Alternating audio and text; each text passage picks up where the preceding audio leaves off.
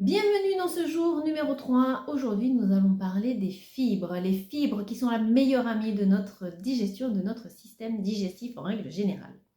En effet, les fibres vont nourrir les bonnes bactéries que contient notre intestin et favoriser un transit et une élimination régulière.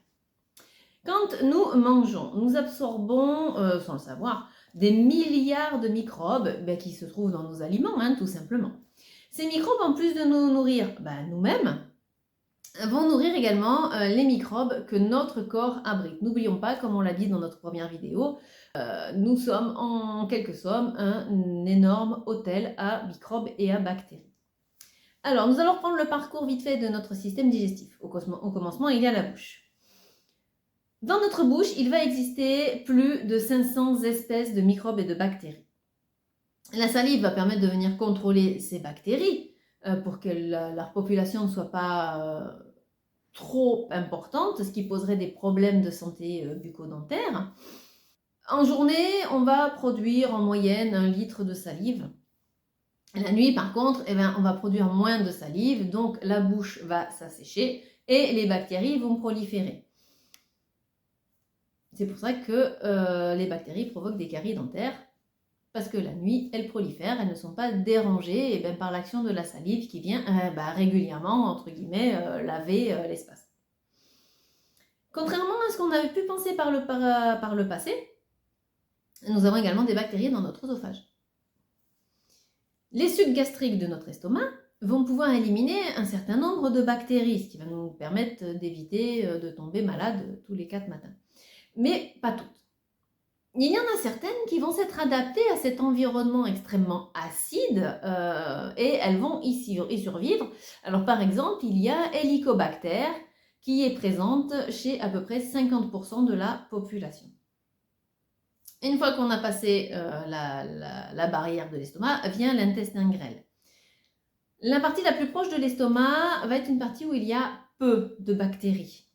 Forcément, l'estomac, son objectif avec les sucs gastriques, c'est d'en éliminer un maximum.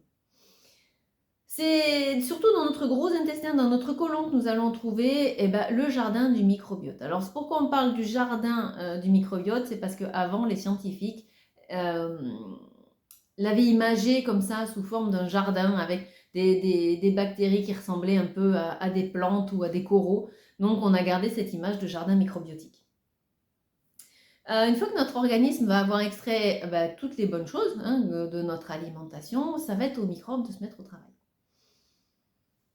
99% des microbes présents dans notre corps se trouvent dans notre côlon.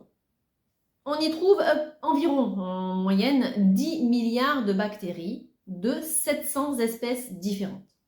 Leur rôle est de décomposer les fibres qui sont inassimilables par notre organisme. Et ce faisant, ils produisent des vitamines telles que la vitamine K ou la B12. Dans cet écosystème, les espèces dépendent les unes des autres pour survivre. Elles se disputent la nourriture, et la place également, parce que la place n'est pas non plus extraordinairement grande. Bon, d'accord que les bactéries sont microscopiques, mais bon, quand même, quand on est 10 milliards, ça fait quand même une grosse ville. Donc, elles se disputent la nourriture, elles se disputent également la place, et elles vont se contrôler les unes les autres, ce qui va éviter d'avoir un déséquilibre au niveau de l'écosystème, déséquilibre qui pourrait poser des problèmes de santé. Toutefois, il peut arriver qu'une espèce se reproduise plus vite et accapare la nourriture et l'espace et vienne envahir tout l'espace au détriment des autres espèces de bactéries. C'est à ce moment-là que notre système immunitaire va intervenir pour venir remettre de l'ordre. La police de notre corps. Certains événements extérieurs peuvent être la cause de ce déséquilibre. Ça peut être par exemple une prise de médicaments. Il arrive que sur certaines cures d'antibiotiques, par exemple, le médecin nous prescrive également des levures pour protéger notre flore intestinale. Ça peut être la consommation de produits antibactériens, parce que quand on fait le ménage et qu'on utilise trop de produits antibactériens, ces produits antibactériens vont pouvoir entrer dans notre système sanguin par la barrière de la peau. Ça peut être lié à un mauvais équilibre alimentaire. Bien, maintenant que nous avons fait ce constat sur cette population microbienne qui peuple notre gros intestin et sur cet écosystème qui est en équilibre et qui se maintient en équilibre, on va dire en temps normal, Vous me direz, mais comment on fait pour prendre soin de ce fameux jardin microbiotique? Eh bien, je vais vous répondre de toute façon toute simple, en consommant des probiotiques et des prébiotiques. J'aurais dû le dire dans l'autre sens, les prébiotiques d'abord et les probiotiques après. Qu'est-ce que les prébiotiques? Alors, les prébiotiques, ce sont des aliments qui sont riches en fibres. Comme elles ne sont pas digérées par l'intestin grêle, elles vont directement dans le côlon. Et les fibres, c'est la nourriture préférée de notre microbiote. Exemple de légumes riches en fibres, on va trouver le poireau, les asperges, les oignons, les graines de lin, le son de blé, l'avoine, les pommes. D'où l'adage « une pomme par jour éloigne le médecin », puisque en mangeant régulièrement des pommes, on va avoir un apport en fibres qui va permettre d'avoir un microbiote en bonne santé. Alors, je ne vous dis pas de manger des pommes tous les jours non plus, hein. Variez votre alimentation, c'est ce qui est également très important pour notre microbiote. Maintenant, que sont les probiotiques? Alors, les probiotiques, ce sont des bactéries vivantes utiles.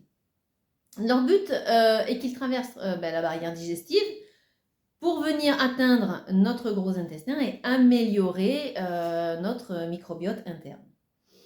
On va les retrouver dans des comprimés de probiotiques qu'on va pouvoir se procurer en pharmacie ou autre. Mais on va également en trouver dans certains yaourts liquides, dans du kéfir ou dans du kombucha, quand on le fait maison. On aura beaucoup plus de bactéries dans un kéfir ou un kombucha fait maison que quand on va l'acheter tout près en supermarché.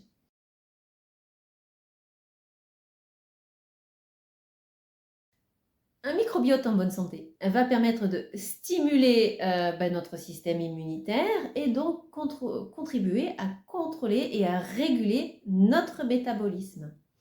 Un microbiote en bonne santé vous permet d'être plus fort face aux attaques extérieures.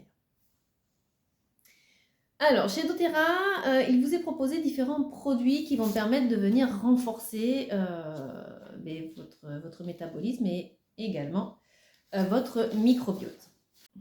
Donc déjà, on va avoir Terrazine. Terrazine, c'est un mélange exclusif d'enzymes digestives qui, dans notre alimentation actuelle et moderne, sont insuffisantes pour notre confort digestif. Terrazine va vous permettre de profiter des bienfaits d'une alimentation saine en vous aidant à vous assurer que votre corps dispose des nutriments dont il a besoin. Ensuite, on va avoir GX Assist et PB Restore.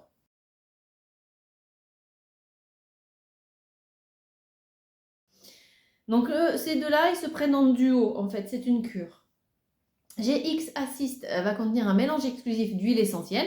On va trouver dedans de l'huile essentielle d'origan, d'arbre à thé, de citron, de citronnelle, de menthe poivrée et de thym.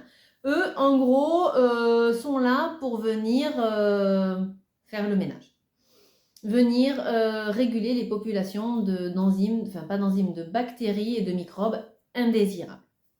Ensuite, on va venir prendre PB Restore. Donc, GX Assist, c'est 10 jours en cure. Et ensuite, on va venir prendre PB Restore. Donc, lui, il est constitué plus exactement d'une trentaine de composants prébiotiques, probiotiques et postbiotiques. Bioactifs. Important, bioactifs. Chaque gélule va pouvoir fournir à la puissance de 18 milliards de cellules vivantes au moment de l'absorption. On est bien d'accord que dans les gélules, même si à l'œil nu ça ne se voit pas, on a dedans des souches de prébiotiques, probiotiques et postbiotiques vivants. C'est une cure qui est idéale pour les personnes qui ont une flore intestinale qui va être dégradée pour tout un tas de raisons diverses et variées.